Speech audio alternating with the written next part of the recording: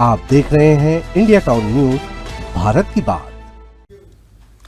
नमस्कार, स्वागत है आपका हमारे खास बुलेटिन खबरें राजनांदगांव में और मैं हूं आपके साथ आस्था सिंह। चलिए बुलेटिन की शुरुआत करते हैं, लेकिन उससे पहले एक नजर डालते हैं आज की हेडलाइंस पर।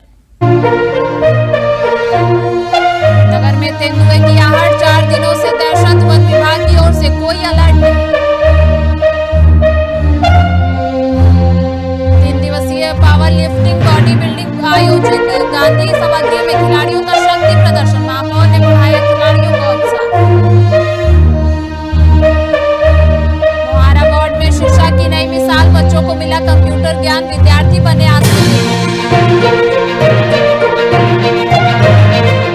परीक्षाओं की तैयारी तेज, अधूरा कोर्स पूरा करवाने का निर्देश, शिक्षक दे रहे विशेष ध्यान। हाई स्कूल मैदान में सनातन धर्म आयोजन, समाज को जोड़ने वाला धार्मिक कार्यक्रम, समाज में दिखाई भाईचारा और सांस्कृतिक समरसता।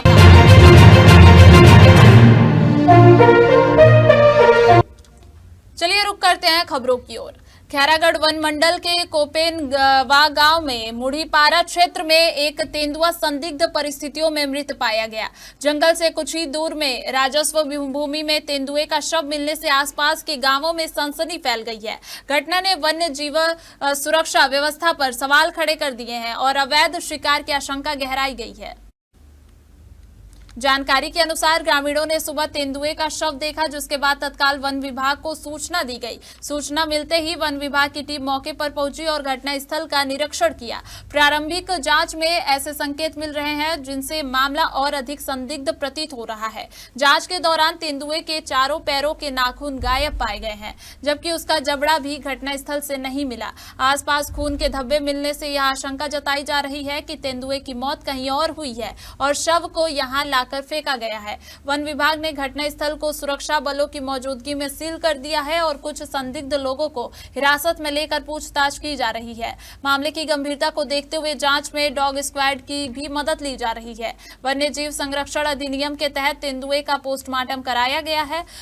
विभाग का कहना है कि पोस्टमार्टम रिपोर्ट आने के बाद ही मौत के वास्तविक कारणों का खुलासा हो सकेगा। लगभग शाम के 3 बजे सूचना प्राप्त हुई थी लोकल लोगों से। तत्काल यहाँ पे हमारा जो बीट गार्ड है वो आ गए थे। उसके बाद सभी अधिकारी, एसडीओ, रेंजर भी, इवन डीएफओ, तो मैं खुद मौके पे था मैडम के साथ, CCF madam territorial, CCF wild life, तो कविशा मैडम, हम सब लोग यहाँ पे मौके पे रात थे। हमने लगभग एटीआर की टीम 8:30 बजे हमारी यहाँ पे पहुंची है, डॉग स्क्वाड की टीम, जो कि पूरे स्मेल वगैरह लेके एरिया का छानबीन किया है। ये अभी भी हमारी मल्टीपल टीम्स आसपास जो भी हमको लीड है उस पर हम लोग काम कर रहे हैं। और उसके बाद तत्पश्चात मॉर्निंग में अभी 5 लोगों की टीम के साथ, वेटनरी टीम के साथ यहाँ पे पोस्टमार्टम हुआ है, जिसमें जिले के वेटनरी ऑफिसर्स और रायपुर से भी हमारे स्पेशलिस्ट जो जंगल सफारी के हैं उनको हमने बुला लिया था। उनकी समक्ष सारा कार्रवाई हुई है। नगर के हाई स्कूल मैदान में हाल ही में हिंदू सनातन एकता धर्म के आयोजन ने न सिर्फ छुई खदान बल्कि पूरे जिले में एक सकारात्मक और एकता का संदेश फैलाया। इस कार्यक्रम में सभी जाति और वर्ग के लोगों ने बड़ी संख्या में हिस्सा लिया, जिससे यह स्पष्ट हुआ कि सनातन संस्कृति समाज को जोड़ने का कार्य कर रही है। आयोजन का नेतृत्व छुई खदान के हिंदू समाज के सदस्यों द्वारा किया गया। कार्यक्रम में बाहर से आए प्रख्यात वक्ताओं ने सनातन धर्म, सामाजिक समरसता, सांस्कृतिक और राष्ट्रीय निर्माण पर अपने विचार साझा किए। प्रवचनों के माध्यम से लोगों को आपसी भाईचारे, एकता और संस्कारों के महत्व से अवगत कराया गया। आयोजकों ने बताया कि इस प्रकार के आयोजन समाज में एकता, सद्भाव और सांस्कृतिक जागरूकता को मजबूत करते हैं। कार्यक्रम का समापन शांति, सौहार्द और राष्ट्र हित के संकल्प के साथ हुआ। चूरिया नगर और आसपास के इलाकों में एक बार फिर तेंदुए की आहट से दहशत का माहौल बना हुआ है। बीते 4 दिनों से लगातार तेंदुए की मौजूदगी की चर्चा हो रही है, लेकिन हैरानी की बात यह है कि वन विभाग की ओर से अब तक कोई आधिकारिक चेतावनी या सावधानी संबंधी सूचना जारी नहीं की गई है। दरअसल छूरिया नगर के आसपास जंगलों में तेंदुए की हलचल लगातार देखी जा रही है। बीते दिन लाममेटा के पास जंगल क्षेत्र में तेंदुए को देखे जाने की पुष्टि स्थानीय लोगों द्वारा की गई है। बताया जा रहा है कि तेंदुआ जंगल के आसपास लगातार विचरण कर रहा है। लाममेटा मार्ग चारों ओर से जंगल से घिरा हुआ है, जहां आसपास के गांवों के छात्र छात्राएं पढ़ाई के लिए रोजाना आवाजाही करते हैं। इसके अलावा सुबह सुबह बड़ी संख्या में लोग वॉकिंग और अन्य गतिविधियों के लिए घर से बाहर निकलते हैं, जिससे किसी भी अप्रिय घटना की आशंका बनी हुई है। बावजूद इसके वन विभाग की ओर से न तो मुनादी कराई गई है और न ही लोगों को सतर्क रहने की कोई सूचना दी गई है।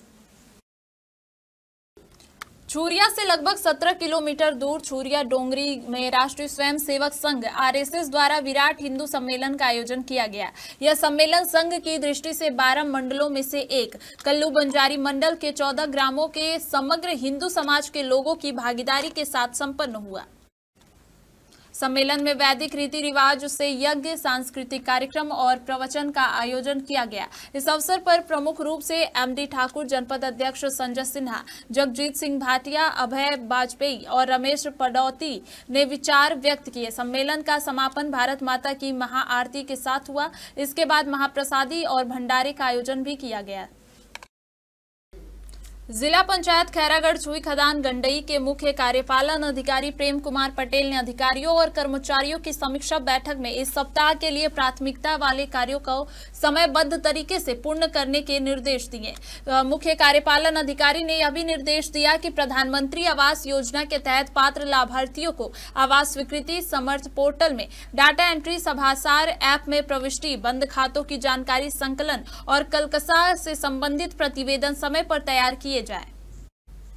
अधिकारी ने सभी विभागों से कहा कि शासकीय योजनाओं का प्रभावी क्रियान्वयन और कार्यों का समय पर निष्पादन सुनिश्चित किया जाए। उन्होंने बताया कि जिन कार्यों को शीघ्र पूरा करने का निर्देश दिया गया है, उनमें सम्मेलन की राशि का हस्तांतरण, पंचों का प्रशिक्षण प्रारंभ करना और SNA पोर्टल के लिए आवश्यक जानकारी भेजना शामिल है। इसके अलावा उन्होंने शिक्षाकर्मी संविलियन पत्र जारी करना, जनपद पंचायत स्तर पर डेली लेबर की संख्या 10,000 तक करना, युक्त धारा पोर्टल में कार्य योजना प्रविष्टि करना और पंचायत सचिवों के वेतन का शीघ्र भुगतान सुनिश्चित करना भी आवश्यक बताया गया।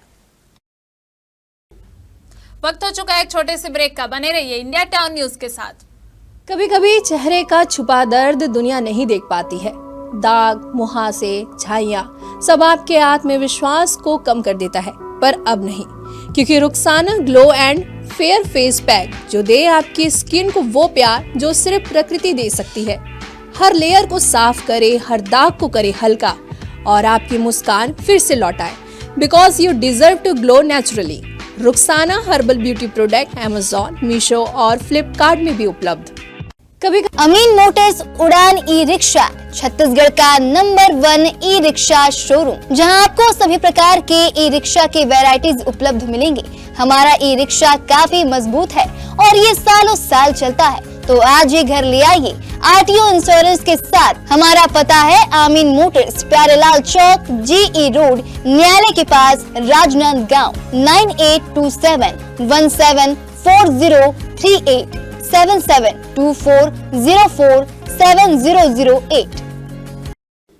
जिले के किसानों ने अपनी 12 सूत्रीय मांगों को लेकर राजनांदगांव के जयस्तंभ चौक में किसान स्वाभिमान रैली महाधरना का आयोजन किया। सभा के बाद किसानों की रैली कलेक्ट्रेट तक पहुंची और किसानों ने मुख्यमंत्री और राज्यपाल के नाम ज्ञापन सौंपा। इस दौरान प्रदर्शन में किसानों की भारी भीड़ दिखी। किसानों का कहना है कि अगर उनकी मांगों पर सरकार ध्यान नहीं देती तो आने वाले दिनों में बड़े पैमाने पर प्रदर्शन किया जाएगा। दरअसल धान खरीदी के लिए टोकन नहीं मिलने से किसान परेशान है। टोकन के अभाव में किसान अपना धान मंडी नहीं भेज पा रहे हैं, जिससे उनकी परेशानी लगातार बढ़ती जा रही है। इसी के अलावा प्रदेश किसान संघ ने स्पष्ट किया है कि खरीदी केंद्रों में प्रवेश के समय किसानों की फोटोग्राफी अपमानजनक है और इसे तुरंत रोकना चाहिए। किसानों का कहना है कि जब खरीदी बायोमेट्रिक प्रणाली के माध्यम से हो रही है तो उनकी फोटोग्राफी करने की कोई आवश्यकता नहीं है। किसान संघ ने प्रशासन से अपील की है कि किसानों की गरिमा का ध्यान रखते हुए उनकी मांगों को गंभीरता से सुना जाए और उन्हें सम्मानजनक माहौल में खरीदी की सुविधा दी जाए।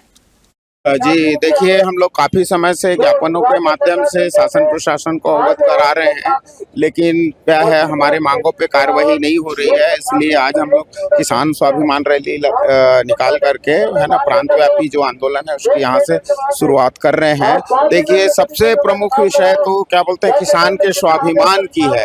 अभी तक बायोमेट्रिक आधार पे धान खरीदी होती रही है, जिसमें किसान को उपस्थित होकर के अंगूठा लगाना अनिवार्य होता था। इसके बावजूद किसान को अपमानित करने वाली प्रक्रिया अब चालू की गई है कि आप खरीद केंद्र में प्रवेश करेंगे तो प्रवेश के समय वाहन के साथ आप पर्ची लेकर के फोटो खिंचाएंगे, मानो कोई अपराधी हो। तो ये किसान के स्वाभिमान को आहत करने वाली बात है। इसको तत्काल हम रोकने की मांग कर रहे हैं। धान खरीदी को लेकर के बहुत सारी विसंगतियां हैं, है ना, पंजीयन को लेकर के है, गिरदावरी को लेकर के है, उसके साथ दैनिक जो लिमिट है वो कम कर रखी इन्होंने, तो किसान को टोकन के लिए परेशान होना पड़ रहा है। उसके साथ साथ किसान अगर टोकन लेकर के चले भी गया तो वहां पर अवैध वसूली 6 से 8 रुपए प्रति कट्टे के हिसाब से की जा रही है, जो कि बिल्कुल गलत है।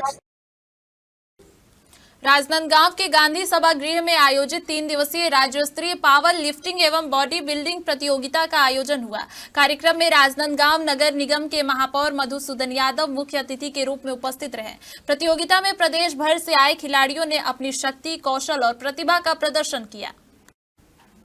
इस अवसर पर महापौर मधुसूदन यादव ने खिलाड़ियों का उत्साहवर्धन करते हुए कहा कि खेल युवाओं में अनुशासन, आत्मविश्वास और स्वास्थ्य जीवन शैली को बढ़ावा देते हैं।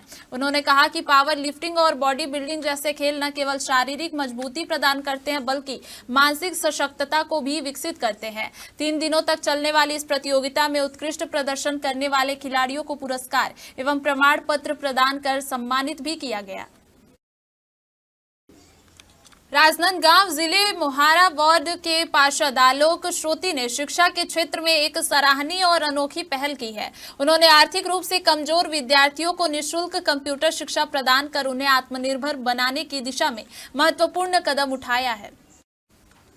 जानकारी के अनुसार कुछ विद्यार्थियों के पास कंप्यूटर सीखने की प्रबल इच्छा थी, लेकिन आर्थिक अभाव के कारण वे प्रशिक्षण नहीं ले पा रहे थे। विद्यार्थियों ने अपनी समस्या पार्षद के सामने रखी। उनकी बातों को गंभीरता से सुनते हुए पार्षद ने अपनी निजी खर्च पर उन्हें निःशुल्क कंप्यूटर प्रशिक्षण दिलाने की व्यवस्था की। कोर्स पूरा करने के बाद पार्षद द्वारा विद्यार्थियों को प्रमाण पत्र भी प्रदान किए गए। प्रशिक्षण प्राप्त करने के बाद अब ये विद्यार्थी कंप्यूटर में दक्ष हो गए हैं, जिससे उन्हें भविष्य में नौकरी पाने में सहायता मिलेगी। पार्षद ने बताया कि आज के समय में लगभग हर क्षेत्र में कंप्यूटर का ज्ञान आवश्यक है। इसी उद्देश्य से यह पहल शुरू की गई है। हम लोग को पार्षद भैया आलोक श्रुति के निवारण से मिले हैं प्रमाण पत्र।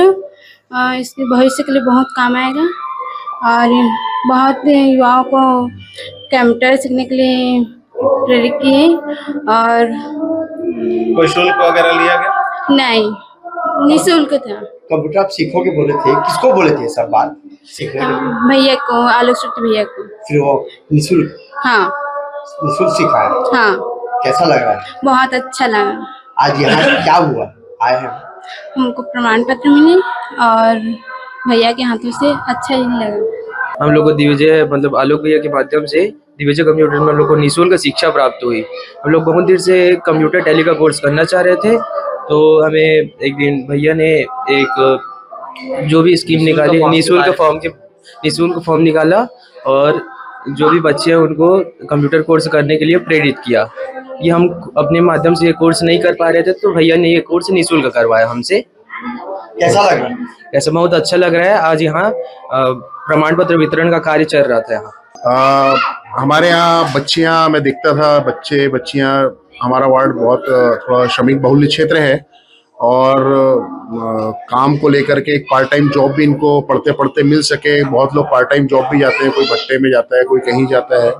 तो पढ़ाई के मामले में मुझे ऐसा खुद को व्यक्तिगत लगता था कि कुछ कमी है, तो मैंने उसके लिए एक पहल चालू की कि निःशुल्क कंप्यूटर अगर कोई सीखना चाहता है बच्चा, उसमें टैली है, हिंदी टाइपिंग है, वर्ड था और भी बहुत कुछ चीज़ों का जो सीखना चाहते हैं। 3 महीने का डिप्लोमा कोर्स था। तो मैंने एक सर्वे भी किया, उसके माध्यम से फिर सबसे बात करके फॉर्म भी भरवाया। तो ऐसे करके 3 महीने का कोर्स 12 बच्चों के लिए मैंने तय किया कि 12 बच्चे पहले जाएंगे। उसमें 8 लड़कियां और 4 लड़के थे। तो पहला बैच तो कंप्लीट हो गया, जिनको प्रमाण पत्र मिल गया, और इसके बाद अभी 12 बच्चों का बैच और जा रहा है, और मेरा लक्ष्य फरवरी माह में आयोजित होने वाली 10वीं और 12वीं बोर्ड परीक्षाओं को लेकर जिले के स्कूलों में तैयारियां जोरों शोरों से चल रही हैं। इस बार राज्य सरकार के आदेशानुसार परीक्षा समय से पहले आयोजित की जा रही है, जिसके चलते सभी स्कूलों में अधूरे कोर्स को पूरा करवाने पर विशेष ध्यान दिया जा रहा है। स्कूल प्रशासन और शिक्षकों का कहना है कि कोर्स को समय पर पूरा करना छात्रों के लिए अत्यंत महत्वपूर्ण है, ताकि वे परीक्षा में अच्छे अंक ला सके। शिक्षक छात्रों को नियमित रूप से पढ़ाई में सहायता कर रहे हैं और समयबद्ध रूप से सभी विषयों का पाठ्यक्रम पूरा कर रहे हैं। जिले के शिक्षा अधिकारियों ने भी इस बात पर जोर दिया कि छात्रों को परीक्षा की तैयारी के लिए पर्याप्त समय और मार्गदर्शन उपलब्ध कराया जाए। इसके तहत स्कूलों में अतिरिक्त क्लास और रिवीजन सत्र भी आयोजित किए जा रहे हैं। ये तैयारी चल रही है। कोर्स भी लगभग 12वीं का 90 से 95% हो चुका है, 10वीं का लगभग पूरा हो चुका है। तैयारी चल रही है। जिला शिक्षा के माध्यम से भी ऑनलाइन क्लासेस संचालित हो रही हैं। सुबह 11 से 12 रेगुलर 10वीं की और 12वीं 3 से 4। तो दोनों कक्षाओं में विद्यार्थियों की संख्या है? टोटल विद्यार्थी 299 हैं। 10वीं में लगभग 75 और 12वीं में लगभग 96। इस बार बोर्ड परीक्षा चल रही है, तो उसकी तैयारी कैसे है बच्चों की? चल रही तैयारी जिला शिक्षा के माध्यम से तो ऑनलाइन क्लास का संचालन हो ही रहा है, और जो कमजोर बच्चे हैं उन पर भी हम फोकस कर रहे हैं। राजनांदगांव के महावीर चौक के पास पानी की पाइपलाइन विगत कई दिनों से फूटी हुई थी, जिससे हजारों लीटर पानी बेकार जा रहा था। स्थानीय लोगों ने लंबे समय तक शिकायत की थी, लेकिन आज नगर निगम की टीम मौके पर पहुंची और पाइपलाइन की मरम्मत का कार्य शुरू किया। स्थानीय निवासियों के अनुसार पाइपलाइन फूटने के कारण लगभग 6 दिनों से पानी का बहाव लगातार हो रहा था, जिससे न केवल पानी की बर्बादी हो रही थी, बल्कि आसपास के क्षेत्रों में जल आपूर्ति में भी दिक्कतें आ रही थी। नगर निगम के अधिकारियों ने बताया कि पाइपलाइन की मरम्मत पूरी कर दी गई है और जल आपूर्ति जल्द ही सामान्य हो जाएगी। स्थानीय लोगों ने निगम की कार्रवाई की सराहना की, लेकिन साथ ही यह भी कहा कि अगर समय पर कार्रवाई होती तो पानी की इतनी बर्बादी न होती।